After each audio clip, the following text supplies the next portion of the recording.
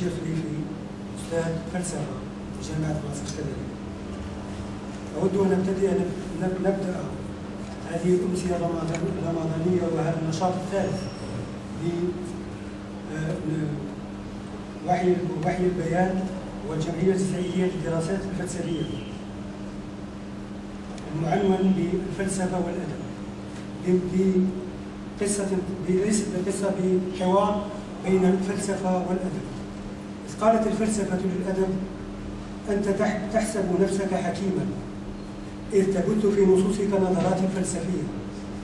رد علي الأدب بتأدب ظاهر: لقد كنت مشكفة في حقي إذ تصفعين بمنطقك القاسي هذا، ولكن عليك أن تحاذري لما فيك من نقص، لأنك لا تستطيعين أن تصوغي رأيا فلسفيا دون أن تلتجئي لقوالب أدبية. من خلال هذا الحوار البسيط سنحاول أن نتيح الفرصة لأستاذي الكريمين ليدلو كل بدلوه في مجال تخصصه. سأحاول أن أقدم تقديما أستسمعكم، ليس بالطويل جدا، لكني أردت أن أقدم لكي أثير تساؤلات ربما ولعل وعسى ستثير المتدخلين.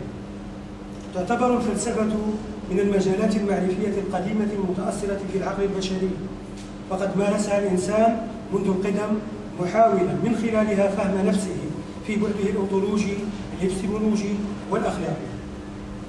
ولم تكن الفلسفة أبدا وهي تسعى لتقديم أفكارها ببعيدة عن الأدب، فمنه استقت بلاغتها حتى وإن جنحت إلى عقلانيتها المفردة. وليس غريبا أن يسمي أرسطو مصنفه الشهير في الفلسفة بفن الشعر، كما أن الأدباء تشبعوا بالأطاريح الفلسفية ووظفوها في إبداعاتهم، فمنحتها قيمة مضافة زادتها قوة وبهاء. ومنهم من زاوج بين الفلسفة والأدب فأدلى بدلوه فيها بنوع من المعية المشهودة، كما فعل جون بول سارتر رائد الفلسفة الوجودية.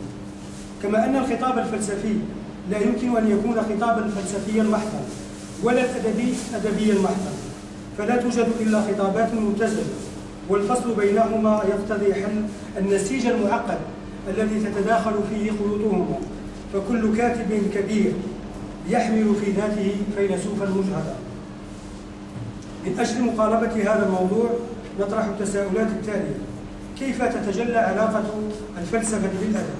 وهل تتضمن الكتابات الأدبية فسحة فلسفية؟ ما علاقة فعل التفكير بمفهوم الهوية الأدبية؟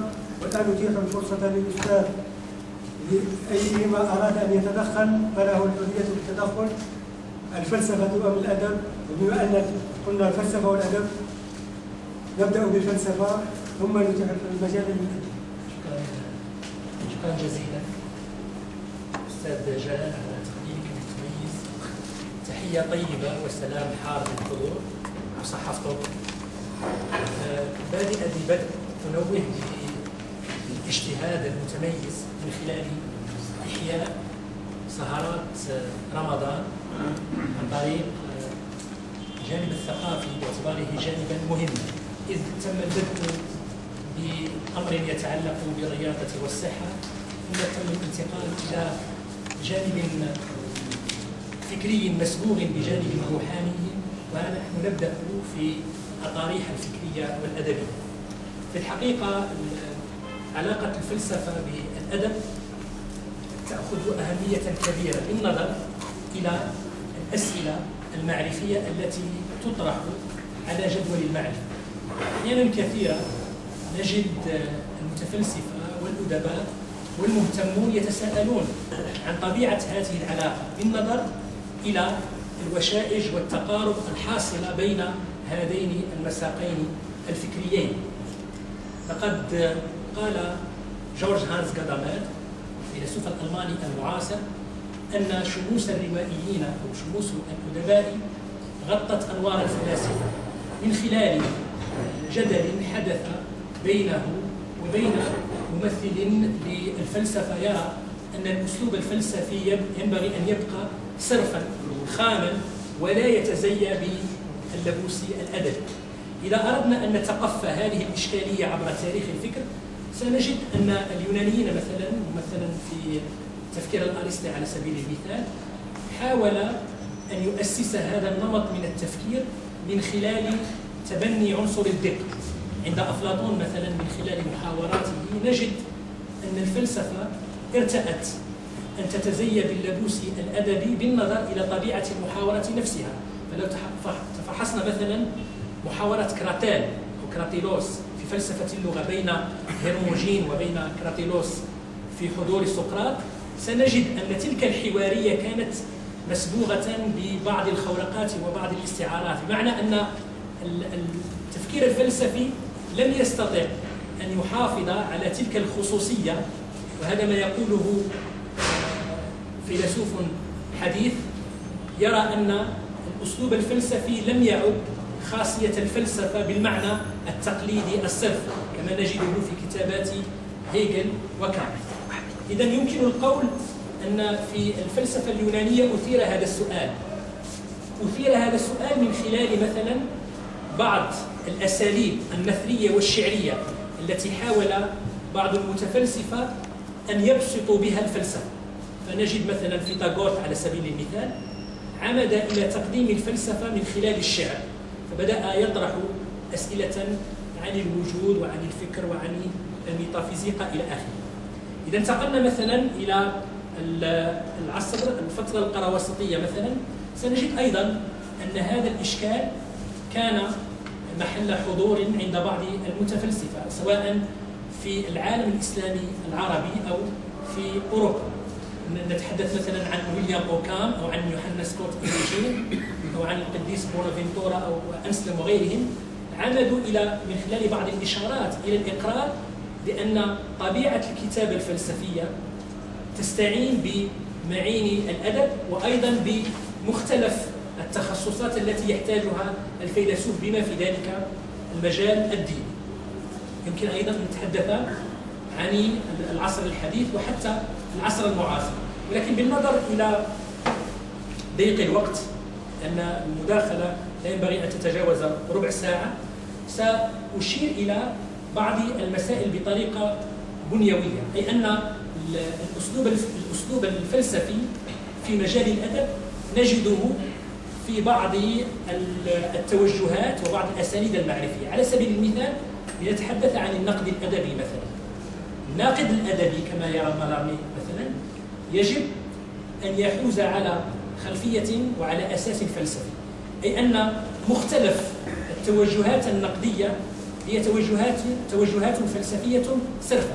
لو تحدثنا مثلا عن التفكيكية جاك ديريدا على سبيل المثال، هي نتاج لهذا التضايف وهذا التآزر بين الفلسفة والأدب، بمعنى أن الناقد الأدبي ينبغي أن يحوز على معرفة في عديد التوجهات والتخصصات، ولكن خصوصا في المجالين الأثيرين والمهمين ممثلا في الفلسفة كعنصر أول، لأن النقد الأدبي لم يعد نتاج انطباع وإنما صار نتاج أسانيد معرفية وتوجهات فكرية. والأدب بشكل خاص لأن الناقد يجب أن يكون مطلعا وضليعا بمختلف تجليات الأدب وتمظهراته. لو تحدثنا عن الرواية مثلا، ما أكثر الحكايات وما أقل الروايات، لأن الرواية كحكاية لا ينبغي أن تكون مجرد حكاية، أي أن الرواية في نهاية المطاف ليس حكاء يحكي قصصا معينة، وإنما هو مفكر يهندس الرواية مثل ما فعل كثير من الأدباء على غرار مثلا باولو كويلو، نجيب محفوظ، على غرار رائد وعبقري الرواية العربية طيب صالح. أي بمعنى أن في الرواية هناك معالجة لقضية معرفية، وفي نهاية المطاف الشخوص التي تسير العمل الروائي لكل شخصية فلسفتها الخاصة. كذا بالنسبة للروائي ينبغي أن تكون لديه رؤية ومقاربة وفلسفة خاصة، بالنظر إلى أن لوجود مسائل عديدة تثيرها الرواية، على غرار مثلا السيرة الذاتية.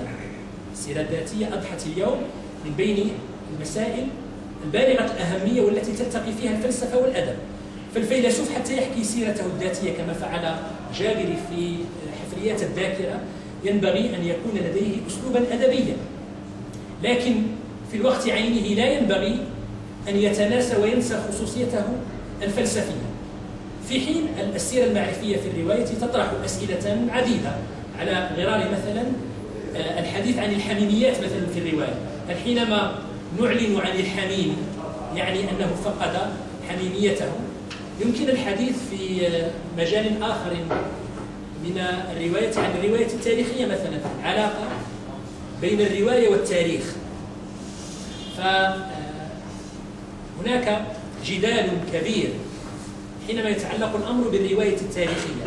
هل الروائي حينما يكتب رواية تاريخية هل ينبغي أن يلتزم بالتاريخ بحرفيته وتمامه وبمرجعياته، أم له القدرة على أن يمارس التخييل والتخليق بوصفهما ملازمتين للعمل الروائي بشكل عام، ومن ثم يستطيع أن يوجد ظروفا وحكايات لا تنتمي إلى العمل، كما فعل مثلا الأستاذ وسيم الأعرج في كتابه كتاب الأمير مثلا. حاول أن يعطي للأمير بعدا إنسانيا من خلال ما يسمى أو من خلال اعتباره رائدا في حوار الحضارات وفي الفلسفة الإنسانية. طبعا هناك أمثلة عديدة لهذا التقارب. نتحدث عن تشينوا أشيبي مثلا في Man of the People، إنسان الناس، أو مثلا أشياء تتهاوى من علم. فهذا الروائي النيجيري حاول في كتاباته أن تكون لديه رؤية فلسفية يعالج من خلالها مثلا إشكالية الاستعمار في أشياء تتهاوى من علم، أو إشكالية الرشوة حينما يضحي الإنسان بكل قيمه وكل تمثلاته عن طريق ما يسمى بتجربة التسلق للوصول إلى مراتب عليا في السلطة. يمكن أن نتحدث عن نجيب محفوظ مثلا. في نجيب محفوظ أولا لديه تكوين فلسفي من خلال كرونولوجيا كتابته الروائية، مر بمراحل عديدة، بداية من المرحلة التاريخية مع رادوبيس وكفاح طيبة وعبث الأقدار. حاول في هذه المرحلة أن يعيد الكتابة التاريخية للعصر الفرعوني، ثم نجد مثلا حضرة المحترم كرؤية نفسية، ونجد خصوصا ثرثرة فوق النيل فيها إثارة لكثير من الإشكالات الفلسفية، خصوصا ما تعلق بالجدل الذي حصل بين الرأسمالية والاشتراكية.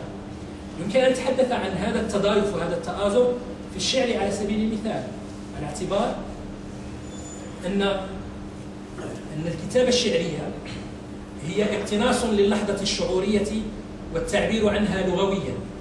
فالشعر لم يعد مجرد تهوين، لم يعد مجرد بلاغة لوحدها، أي لم يعد مجرد شعور، إنما أيضا أضحى منطقا، لأن هذا الصراع أو هذا الحوار الذي يحدث بين الفلسفة والأدب هو حوار بين البلاغة والمنطق، أي كيف يكون المتفلسف أو الأديب بليغا وفي الوقت عينه منطقيا. ففي الفلسفة هناك تغليب للمنطق على التخيل والتخليق، وفي الأدب الكتابات الأدبية خصوصا الكتابات الشعرية والقصصية والروائية هناك أيضا تغليب لجانب التخيل والتخليق على العقل. لكن هذا لا يعني أن العقل ينتفي في الكتابة الأدبية، بدليل أن الأديب يلقح في أحايين عديدة ما يكتب، وأن الشاعر حينما يكتب أحيانا قد يكتب مثلا مثل ما نجد عند محمود درويش رائد الكتابة الشعرية، قد يكتب بنزعة يسميها البعض بالرومانسية الفلسفية. هذه النزعة هي رومانسية، ولكن ليست رومانسية حالمة كما نجدها عند المنفلوط على سبيل المثال، إنما هي رومانسية متبصرة مثل ما نجدها عند الكاتب الأمريكي تيودور دريزر على سبيل المثال في روايته المتميزة مأساة أمريكية American Tragedy، أو نجدها عند وايت مان الأمريكي، نجدها عند ديفيد ثورو وغيره. طبعا هناك أشياء كثيرة يمكن أن تقال في هذا السياق، أعتقد أن ربع ساعة قد انتهت، لكن ما نود قوله، نعم، ما يمكن قوله في في نهاية هذه المداخلة، لأن كما يقال خير الكلام ما قل ودل وجل ولم يمل. يمكن أن نقول بأن إلى اليوم هناك حوار بين الفلسفة والأدب عبر وجود مساق معرفي جديد يسمى بفلسفة الأدب، لا فيلوزوفي دو لا ليتيراتور. هذه الفلسفة وهي جديدة خصوصا في الجامعات الأنجلوساكسونية تحاول أن تعالج المسائل الأدبية برؤية فلسفية. لماذا؟ لأن هناك رهانات كثيرة لم يعد من الممكن للفلسفة أن تعالجها لوحدها من دون الاهتمام بالمعطى الأدبي. أكثر من ذلك في أوروبا وفي المجتمعات الرشيدة والمتحضرة هناك اهتمام كبير بالأدب، خصوصا الرواية أضحت منتشرة، وقراءة الرواية هي مسألة واضحة ومفهومة بالنظر إلى الأسلوب مثلا وإلى القضايا التي تعالجها. وبالتالي كثير من الفلاسفة يهتمون بقراءة الرواية وبنقدها من أجل معرفة طبيعة التفكير. ولو تذكرون في الجلسة الثقافية الأولى في شهر رمضان تم الحديث عن إسرائيل، كيف أن في إسرائيل هناك اهتمام كبير بالآداب العربية خصوصا بمسألة الرواية، لأن من خلال الرواية تستطيع إلى حد كبير أن تعرف ثقافة الشعب. سأختم كلامي بفكرة لجيل دولوز. يرى أن هو في نهاية المطاف رغم أنه فيلسوف إلا أنه يفضل الأدب على الفلسفة. لماذا يفضل الأدب على الفلسفة؟ لأنه يرى أنه في زوايا النفس الإنسانية، في الكهوف المعتمة والزوايا المظلمة للنفس الإنسانية لا يمكن إلا للأدب أن ينوجد وأن يحضر وأن يتعمق في هذه النفس من أجل إبرازها. من ثمة الفلسفة في نظره ستكون عملا لاحقا وعملا تاليا لمعالجة هذه الأسئلة. لذلك هذا التقارب، سأختم بهذا الكلام، هو سعي لتحرير اللغة، لأن اللغة الفلسفية لها خصائصها، اللغة الأدبية لها خصائصها أيضا، لكن هذا لا يعني أن الخصائص ثابتة، أن اللغة الفلسفية واللغة الأدبية تعقد العزم في كل مرة على تجديد أطرها كلما دعت الضرورة لذلك. ومن ثمة تكون المعالجة مرتبطة بطبيعة الكتابة نفسها، إذ أن الكاتب يحاول أن يخرج اللغة من سجنها، من المكان المظلم الذي تقبع فيه، لكي يحررها من مختلف الأغلال. وهنا يكمن الإبداع الذي يعرف على أنه نسج على غير منوال. أقول قولي هذا وأشكركم على حسن إنصاتكم. أعيد الكلمة إلى أستاذ جمال.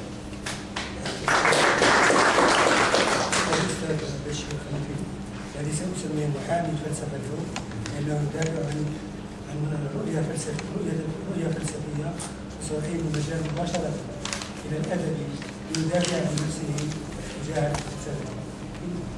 بسم الله الرحمن الرحيم، والصلاة والسلام على أشرف المرسلين. في البداية تحية طيبة عطرة أزفها للجميع دون استثناء. أشكركم على هذا الحضور. نتمنى فقط أن نستفيد من هذه الجلسة. في الحقيقة وأشكر كذلك الذي يقاسمني هذه الجلسة الأستاذ خليفي بشير، أشكره جزيل الشكر لأنه تجمعنا الآن مائدة واحدة نحاول من خلالها أن نضع الأسس والأطر التي تقارب بين الفلسفة والأدب. في الحقيقة لا أحد يقول بأنه سيكون محاميا عن الفلسفة أو محاميا عن الأدب، لأن كلاهما يسيران في خط واحد، وكلاهما يحاولان قدر الإمكان أن يرقى يد الإنسان إلى أبعد الحدود. فالأدب منذ نشأته كان يحاول أن يجعل من الإنسان إنسانا، وأن يرقى بفكره، وأن يرقى بوجدانه وبعاطفته وبمحبته للوجود. كذا الفلسفة أيضا. لكن إن الإشكالية أو إشكالية العلاقة بين الفلسفة والأدب هي ليست إشكالية حديثة النشأة، إنما هي إشكالية قديمة. ربما الأستاذ ذكر أو أشار إشارة مهمة جدا في الفلسفة اليونانية على سبيل المثال. فالفلسفة اليونانية بدأت تؤسس تأسيسا حقيقيا لما يسمى بالفكر الفلسفي، ورفض حتى أفلاطون كما كان الأستاذ قد أشار. أفلاطون أشار إلى أنه لا وجود أو لا رغبة في وجود ما يسمى بالأدب والشعر، رفضه رفضا مطلقا، على اعتبار أن المدينة الفاضلة التي لا بد أن تؤسس هي مدينة الفكر والفلسفة لا مدينة الشعر.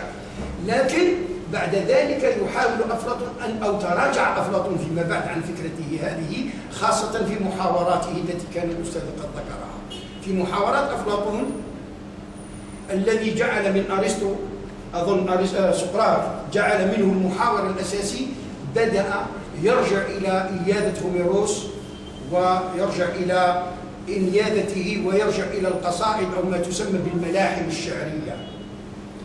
من ثم نرى أن البداية مع هذا التزاوج بين الفلسفة والأدب بدأ في انفصال في بداية الأمر، لكن سرعان ما بدأ ذلك الاتصال على اعتقاد أن اللغة الجامعة بين الفلسفة والأدب هي التي تجعل من الفلسفة فلسفة فكرية وتجعل من الأدب أيضا فكريا. نحاول أن نتعدى إلى الأدب العربي مثلا على سبيل المثال.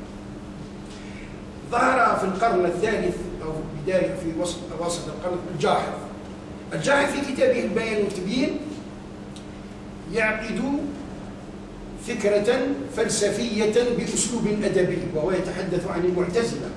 تحدث عن المعتزلة بشكل واضح، لكن حاول أن يتحدث عن المعتزلة التي هذه الفرقة الكلامية التي ترتقي فوق عناصر الفكر والفلسفة بطريقة أدبية محضة. هذا أيضا ما فعله أبو حيان التوحيدي.